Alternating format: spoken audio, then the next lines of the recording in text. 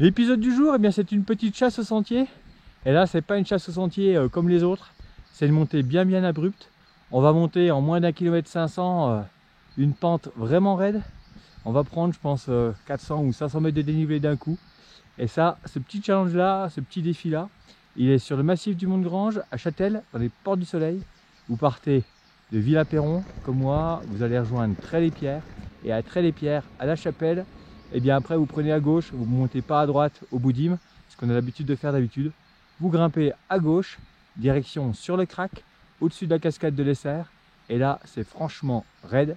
Vous allez pouvoir tester votre petit braquet à l'arrière avec votre grand pignon. Et vous serez content d'avoir une grande cassette. Moi là, j'étais en 51 dents, c'était parfait. Avec le Twin Lock, j'ai pu voir tout bloquer dans les parties, on va dire, lisses au sol. Ouvrir légèrement avec la position intermédiaire pour aller chercher du grip et surtout corriger l'assiette.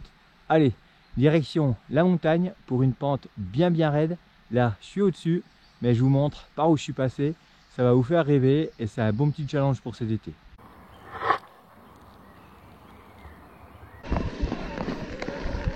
Alors on peut même passer en mode tout bloqué, hein, par endroit. Le sol est relativement lisse. On a un pneu qui fait bien le job.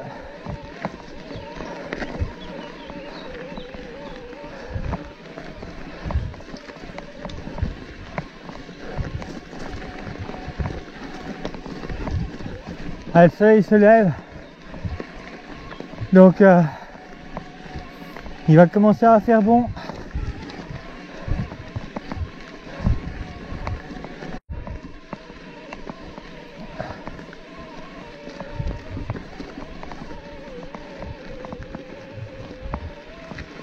Et ouais, hein. On avait dit que c'était raide, hein. Bon, depuis le bas, hein, quand on part, on voit la pente face à nous avec cette cascade, ces ardoisières. Et en fait, ça monte au droit. Donc voilà. Hop. Passage en force sur le 51 dents. Ça va permettre de bouliner un peu plus.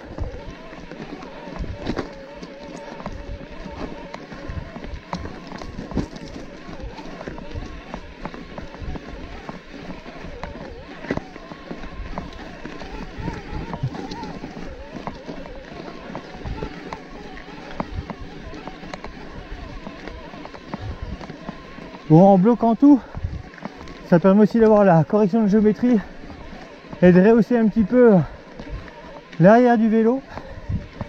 Cette correction d'assiette, compte tenu de la pente, c'est quand même pas mal.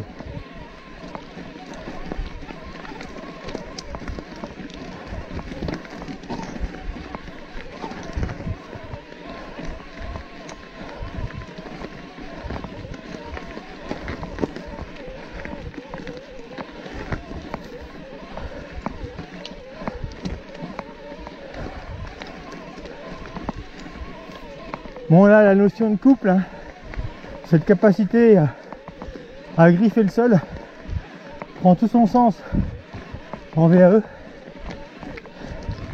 Bon, on se rend compte que les couples annoncés ont des valeurs bidons par rapport aux couples dans l'automobile qui sont rapportés à un nombre de tours minute.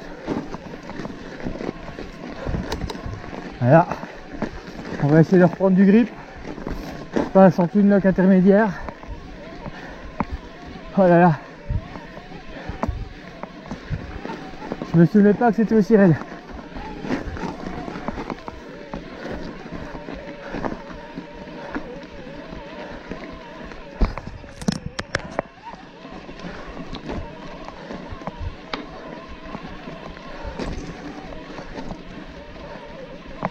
Je vais m'arrêter là pour vous montrer la pente quand même du bazar.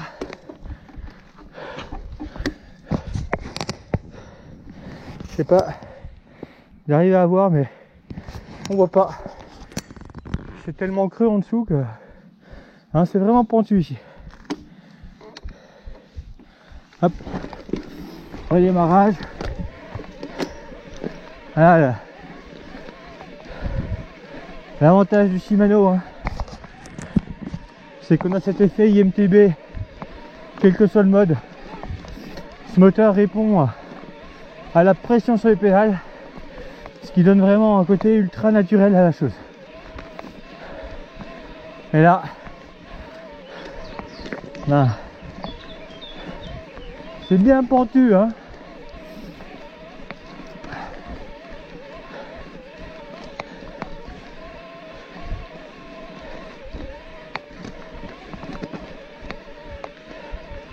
Alors on peut accéder, hein, par l'autre côté en prenant la direction des Boudimes.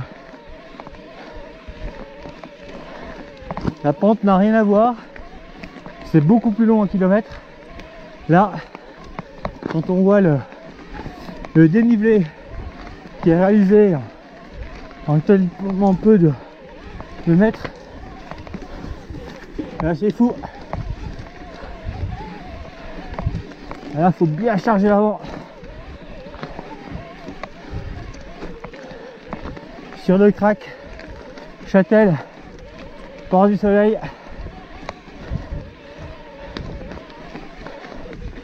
Si vous aimez relever les défis, cette pente est faite pour vous.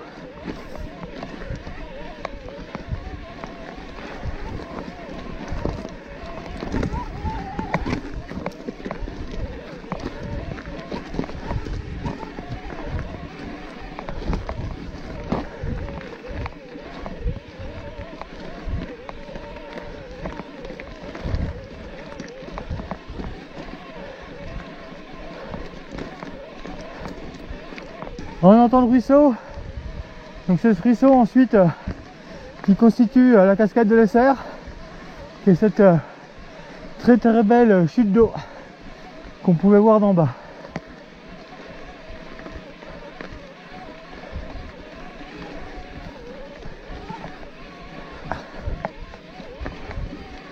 Et là, ça va être beaucoup plus calme. On arrive à l'alpage, sous le Mont de Grange. Voilà, en un peu plus d'un quart d'heure, depuis Villa-Perron, en 2 km 600, mais en fait, même pas en 1 km 500, hein, de Trelle-et-Pierre au bas de l'alpage, on a dû prendre pas loin de 500 mètres de dénivelé. Donc là, c'est vraiment leur mont de pente, un truc de dingue. Là, ça va être beaucoup plus soft. Ce que je vous invite, c'est à suivre la suite dans un autre épisode, qui est un épisode freeriding. Et là, c'est la pointe des Mattes qui est sous le Grange. Et ça, c'est vraiment un truc joli à faire. À noter également que pour ce type de terrain de jeu, hein, où on va prier sainte adhérence, il faut quand même des pneumatiques qui vont bien en termes de cran et surtout de gomme. Donc là, entre guillemets, je triche un peu parce que je suis en pneu gomme tendre, double carcasse avec les nouveaux Hutchinson Griffus en 2.5 spécifique e-bike. Donc c'est clair que c'est la rose du pneu en termes de grip. On le sent tout de suite, hein. Une sensation d'être scotché au sol, parfois même un peu trop, ce qui peut nuire à l'autonomie. Sur des terrains où on n'a pas besoin d'autant d'adhérence. Par contre, sur des zones comme celle-ci, ça va permettre vraiment de gagner en confiance et de maximiser les capacités de franchissement, surtout quand il y a des petites marches, et puis surtout au sol, une instabilité et une vraie difficulté.